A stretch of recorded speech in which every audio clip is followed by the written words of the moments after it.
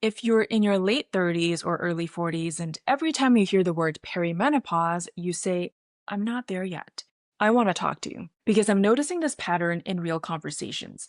Whenever I talk about perimenopause with people in their late 30s or early 40s, I often get the same reaction. Oh, I'm not there yet. Or I'm still getting my period. Or I still want to have a baby. Or my mom got it when she was 55. Or sometimes I just get a quick change of subject. And what I've realized is that many of us are not actually responding to the word perimenopause. We're responding to what we think it means. We hear perimenopause, but we think menopause. We hear menopause, but we think about aging. We hear aging and we think of loss of fertility, loss of beauty, loss of relevance, loss of value, loss of identity. And that is the part I want to slow down and unpack today. Because perimenopause is not menopause. And understanding the difference matters. Not because you need another thing to worry about, not because you need to start monitoring every symptoms obsessively, but because this is a transition that deserves awareness before it becomes a crisis. Welcome back to Own Your Becoming. I'm Wendy Wang, ex-software engineer turned life coach.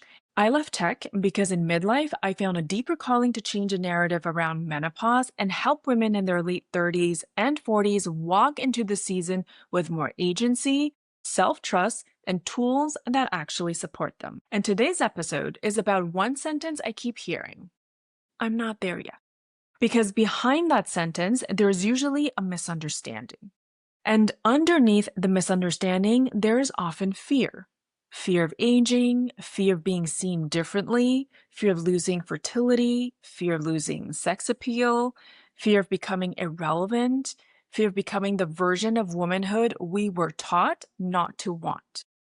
So today I want to talk about what perimenopause actually is, why so many of us resist learning about it, and why understanding it earlier is one of the most empowering things you can do. Let's start with the basic distinction. Menopause is the point when you've gone 12 months without a period. Technically, menopause is not a decade-long process. It is one point in time confirmed after 12 consecutive months of no menstrual period. Perimenopause is different. Perimenopause is the transition leading up to menopause, and it can last for several years. For some people, it can be 10, 15 years. It is the season when your hormone profiles starts to shift. Your estrogen and progesterone starts fluctuating until it slowly declines into menopause. Ovulation can become less consistent, your cycle may be irregular, and these hormonal shifts affect far more than your period. They can affect your sleep, your energy, your mood, your patience, your tolerance, your body composition, brain fog, anxiety, your libido, your relationship to work, family, food, exercise, even to yourself. So when you say, I'm not there yet, the question is, what exactly do you mean? Do you mean you're not in menopause? That may be true, but could you be in transition before menopause? Possibly, especially if you're in your late 30s or early 40s and you are starting to notice changes that you can't quite explain. Why do we reject this word? Here's what I find interesting. When we talk about pregnancy, we understand preparation. We don't say, I'll learn about pregnancy once I'm 9 months pregnant. We learn about it before. We learn about it in school, in books. We learn about ovulation, conception, menstrual cycle, fetal development, childbirth. If someone is trying to conceive, they usually want to understand their body before they are already pregnant. But when it comes to perimenopause, many of us wait until we're deep in the confusion. We wait until we're not sleeping, until our patience is gone, until our anxiety is louder, until our body is changing, until our workouts stop working the same way, until our energy becomes unpredictable, until we wake up and think, what the fuck is happening to me? And only then we start looking for answers. Why? I don't think it's because women are uninterested in their bodies. I think it's because the word menopause carries a story most of us don't want to be associated with. We have been taught, directly or indirectly, that menopause means aging. And aging for women has often been framed as disappearance, less desirable, less fertile, less useful, less beautiful, less relevant, less powerful.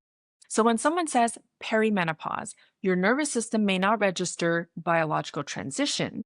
It may hear, I'm losing something, becoming older, I'm becoming less attractive, I'm becoming less needed, I'm becoming less valuable.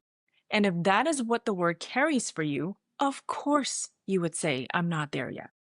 Not because your body isn't changing, but because the identity feels unbearable. One of the biggest misunderstanding I hear is this. I can't be in perimenopause because I still want to have a baby. Or I can't be in perimenopause because I still have my period. Or I can't be in perimenopause because I'm still fertile. But perimenopause and fertility can overlap. Perimenopause is not menopause. During perimenopause, your ovaries are still functioning. You can still ovulate, you can still have periods, you can still get pregnant. Fertility ends at menopause, not at the beginning of perimenopause. So rejecting the word perimenopause does not protect your fertility, but understanding your body may help you make more informed decisions, especially if you're trying to conceive or if you're delaying pregnancy, especially if you're experiencing symptoms and trying to make sense of them. There is no shame in wanting a baby in your late 30s or early 40s. There's no shame in not wanting to identify with perimenopause yet. But there is a cost of not having the right language, because if you don't understand what may be shifting, you may end up interpreting everything as a personal failure. Here's the cost of not knowing.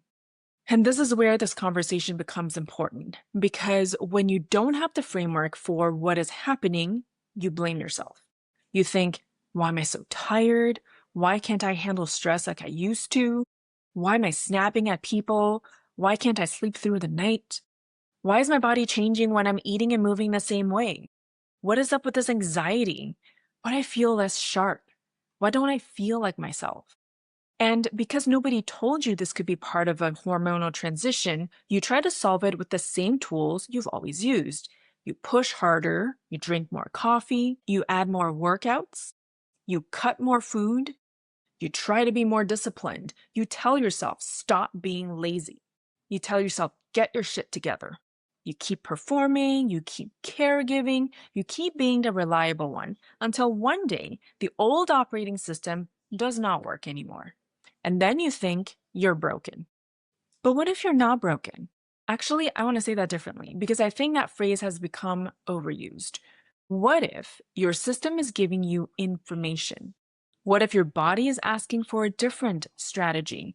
What if the life that worked at 32 does not work the same way at 42? And what if your body is not betraying you, but asking you to stop ignoring the signals? That is the cost of not knowing. You spend years fighting yourself instead of understanding this transition. And this is where I want to widen the frame because I don't believe perimenopause is only a hormone conversation, but perimenopause is also an identity conversation. It is the season where many women begin to question the life they've built, the roles they've been playing, the ways they have overfunctioned, the ways they have been agreeable, the ways they have measured their worth through productivity, attractiveness, usefulness, and being easy to live with. And that is why in some traditions, perimenopause is described as a rite of passage, not in a fluffy way or in a poetic bypass of real symptoms, but because this transition asks something deeper of you. It asks, who are you when you stop performing? Who are you when you stop overriding your body? Who are you when your old strategies no longer buy you the same approval? Who are you when your nervous system refuses to keep carrying what you used to tolerate? Who are you when your truth becomes harder to suppress? This is why I don't want us to reduce perimenopause to hot flashes and weight gain. Those things matter, but they're not the whole story. This season can be the beginning of a deeper reorganization, a reorientation, a threshold, a moment where you stop living only from inherited identity and start asking, What is actually true for me now? Now, I want to be very clear. Learning about perimenopause early is not about becoming afraid, and it's not about obsessing over every symptom. It is not about deciding that every bad night of sleep or mood swing means you are in perimenopause. And it's not about turning a natural transition into a medical crisis. This is about having a map. Because when you have a map, you can ask better questions. You can notice patterns. You can support your body earlier. You can adjust your training. You can protect your sleep. You can fuel differently. You can watch your caffeine. You can pay attention to your stress response. You can understand why the push through strategy is starting to cost more. You can get medical support when you need it, and you can have better conversations with your partner, your doctor, your friends, and yourself. Awareness does not take your power away, it gives you more choices. That is the difference between letting the season happen to you and walking into it with agency. So, if you are in your late 30s or early 40s and your reaction is still, I'm not there yet, I want to offer you a different question. Instead of asking, am I there yet? Ask, what would be useful for me to understand now? Because the goal is not to prematurely identify with menopause. The goal is to stop being unprepared for your own body. You do not need to wait until you're in crisis to learn about this transition. You don't need to wait until you're no longer recognizing yourself. You don't need to wait until burnout makes you pay attention.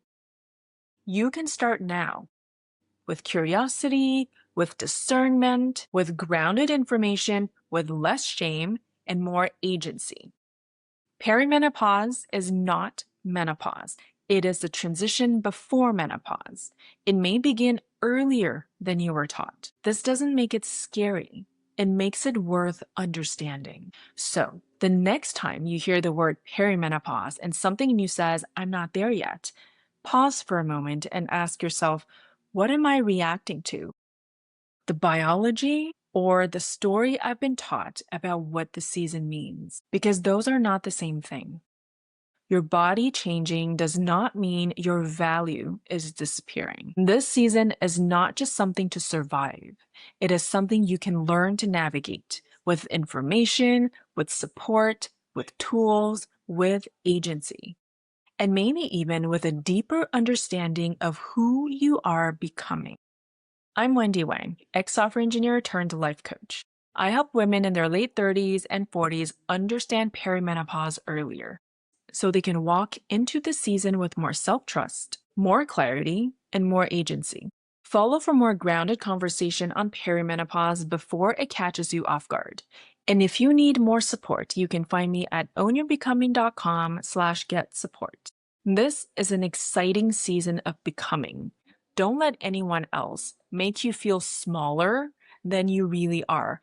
This is a season where you're going to step into your power if you can walk into this with eyes open, heart open.